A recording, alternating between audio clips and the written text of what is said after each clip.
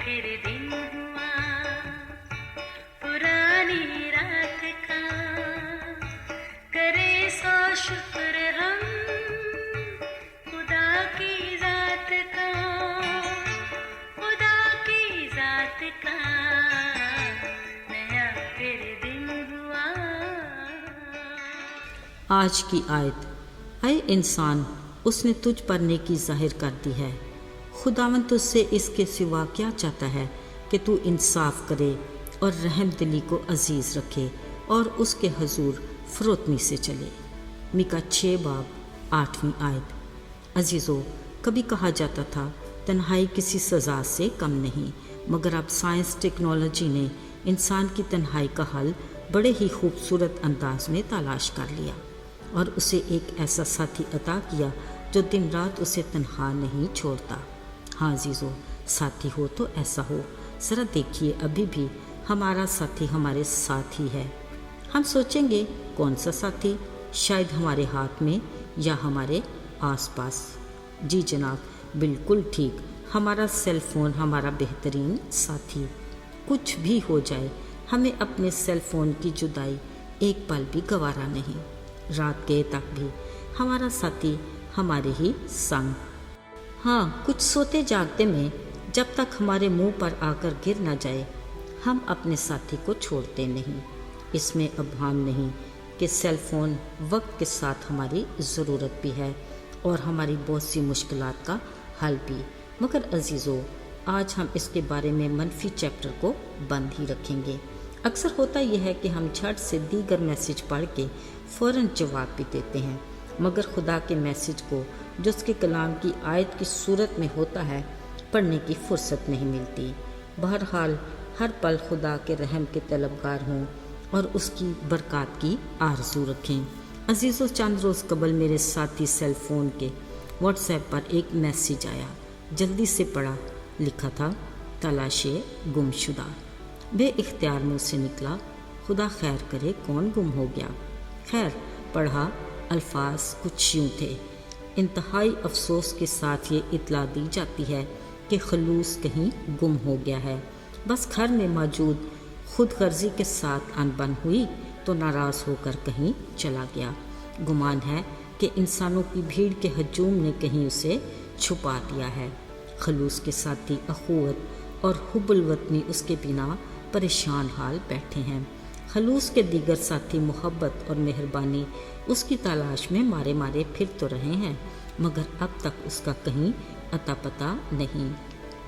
عزیزو، خلوص کی عدم موجودگی میں شرپسندی اور تعصب نے مل کر تباہی مچا دی ہے۔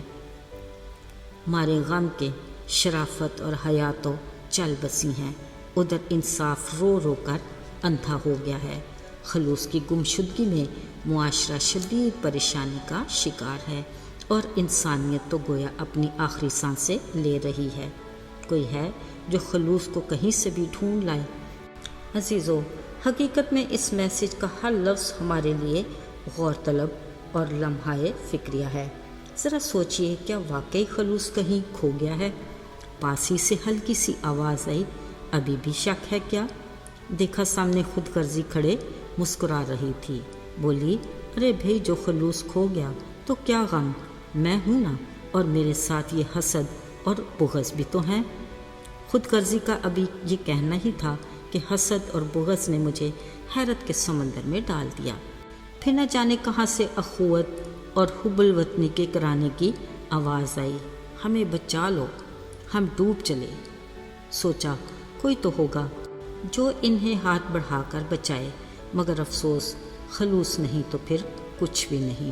عزیزو، زندگی کے دیگر شعبوں کو تو ایک طرف رکھیں، دوسری طرف جس وطن میں ہم آزادی سے سانس لے رہے ہیں، اس دھرتی ماں کے لیے ایک پل کو سوچتے ہیں کہ اس کی تعمیر و ترقی، خوشی اور خوشحالی میں میرا کیا کردار ہے؟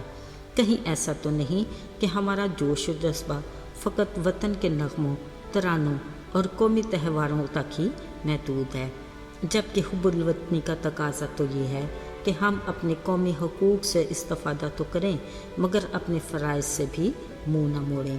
عزیزو، ذرا یاد کریں ابتدائی خدا کی بستی کو جہاں شیر اور بکری ایک ہی جگہ رہتے تھے اور وہاں کے مکین آدم اور حوا خدا کی نعمتوں سے لطف اندوز ہوتے، ٹھنڈی میٹھی ندیوں سے پانی پیتے اور تازہ کھلی ہوا میں سانس لیتے تھے، مگر جب گناہ کی آندھی چلی تو سب کچھ تہس نہس ہو گیا۔ اب کسی حال میں بھی خدا کی بستی ویسی نہیں رہی۔ یہاں پر شر پسندی، تعصب سر عام دھندناتا پھرتا ہے۔ آزاد خیالی کی انتہا دیکھیے کہ گھر کی چار دیواری سے شرافت اور حیا بلا جھجک باہر جھانکنے لگی ہیں، جس کے باعث انصاف شرم کے مارے اندھا ہی بن گیا ہے۔ معاشرہ انتشار کا شکار ہو کر گلی گلی پکارنے پر مجبور ہے کہ افسوس، نادانی میں میں نے بہت کچھ کھو دیا۔ یہ سچ ہے کہ جہاں ایک انسان کا دکھ اور مصیبت دوسرے انسان کے لیے تماشا بن جائے، وہاں بیچاری انسانیت خوف سے منہ چھپا لیتی ہے۔ عزیزو، ذرا یاد کریں، جب خدا نے بنی نوع انسان کو خلق کیا، اس نے ہمیں اپنی صورت اور شبیہ پر بنایا اور اپنی خوبیوں سے نوازا، یعنی محبت، معافی، رحم دلی، خلوص، تحمل اور خوشی۔ مگر گناہ کے باعث ہم نے بدی کے گلے سڑے پھل یعنی بغض، حسد، غصہ، تفرقے، شر پسندی، خود غرضی، تعصب اور حق تلفی بار بار ہوئے، جنہوں نے ہمارے باطن کو بدبودار اور ناپاک کر ڈالا۔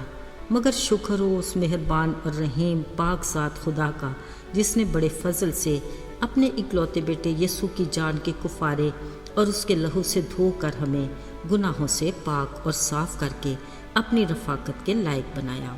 عزیزو، اب ہمارا خدا ہم سے کیا چاہتا ہے سوا اس کے کہ ہم انصاف کریں، رحم دلی کو عزیز رکھیں اور اس کے حضور فروتنی سے چلیں، تاکہ ہم اس کی نگاہ میں مقبول ہوں اور ہمیشہ کی زندگی کے وارث بنیں۔